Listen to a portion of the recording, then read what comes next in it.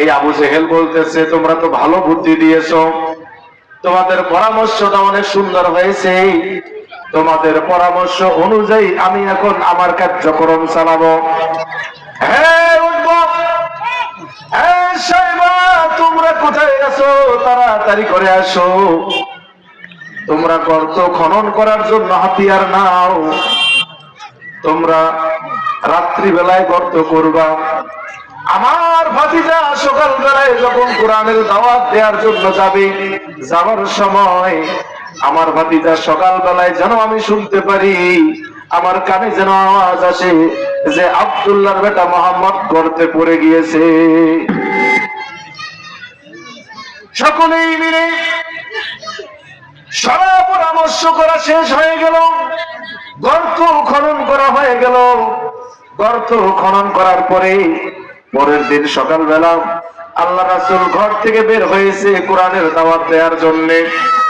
আল্লাহ রাসূল ঘর থেকে বের হয়েছে প্রতিটি মানুষদের কানে কানে, প্রতিটি মানুষদের ঘরে ঘরে, যাতে করে কোরআনের দাওয়াত পৌঁছে দিতে পারি।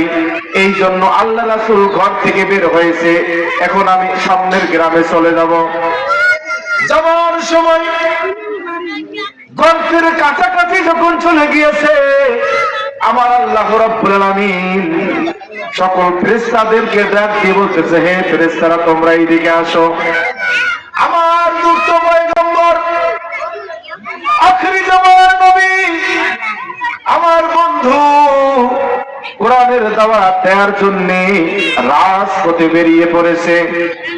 কিন্তু কাফের বেদিন মুশরিকেরা আমার রাসূলকে দুনিয়া থেকে বিদায় করে দেওয়ার জন্য মিথ্যা ট্রাইব্যুনাল করলো, মিথ্যা ভাবে একটা গর্ত খনন করলো, আর সেই গর্তের মধ্যে আমার বন্ধুকে ফেলাইয়া দেওয়ার জন্য তারা চিন্তা করেছে, চিন্তা ফিকির করেছে, যাতে করে গর্তের মধ্যে আমার বন্ধু পড়ে যায়।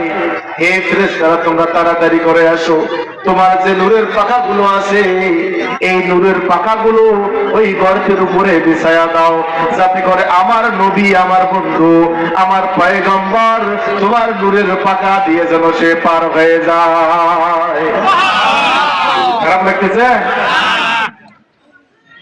ভাইরা আমার?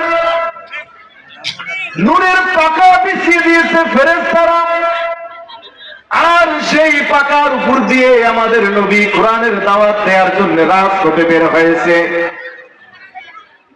এই দিকে আবু জেহেলের কানে খবর দিল, হে আবু জেহেল, তোমার ভাতিজা তো ঘর থেকে বের হয়েছে।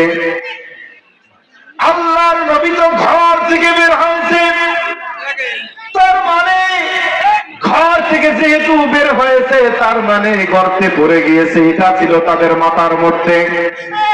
ওলীদ ইবনে মুগীরা, উতবা, শাইবা সকলেই মিলে তাদের নেতা আবু জেহেলের কাছে এসে আবু জেহেলকে বলতেছে, নেতা, যেহেতু ঘর থেকে বের হয়ে চলে গেছে তার মানে বোঝা যাচ্ছে তোমার ভাতিজা গর্তে পড়ে গিয়েছে।